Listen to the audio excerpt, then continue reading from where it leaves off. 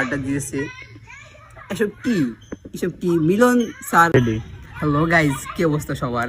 আজকে আমরা চলে আসলাম প্রাইভেট শেষ করে কেজি স্কুলে, ঠিক আছে? তো কেজি স্কুলের যে তরতাজা খবর, এটা আজকে আপনাদের মাঝে আমি ছড়িয়ে দিব সকলের স্কুলের মাঝে। যে আপনার পড়ালেখার বিষয়টা, পড়ালেখা বাদ দিয়ে সে কেজি স্কুলে এসে আড্ডা দেয়, দোলনা খায়। এই দেখে আমাদের পিছিয়ে দেখতে পাচ্ছেন, তা আড্ডা দিয়েছে। এসব কি মিলন স্যারকে বলতে চাই আমি, এসব কি শুরু হয়েছে দেশে? পড়ালেখা বাদ দিয়ে এসব ঘোরাঘুরি হ্যান ত্যান যত কিছু সব কেজি স্কুলে হয় কেন? স্যার আপনি কেন আসছেন কেজি স্কুলে যদি একটু বলতেন? আপনাদের খবরটা শোনানোর জন্য আমি আসছি কেজি স্কুলে। এই জন্য আপনি কি স্যার মেয়ে দেখতে আসেন না? আমি আমার গার্লফ্রেন্ড আছে, ঠিক আছে? ও নো স্যার, ইংলিশ। আপনি কি আবার ইংলিশও বলেন? হ্যাঁ, আমাদের মিলন স্যারের কালকে একটা খবর দেখছি, সে কিন্তু রিলেশন করে বিয়ে করছে, তার প্রথম ভালোবাসায় সে বিয়ে করছে, ঠিক আছে? তো প্রেম ভালোবাসা এটা বিষয় না, কিন্তু পড়ালেখা করতে হবে।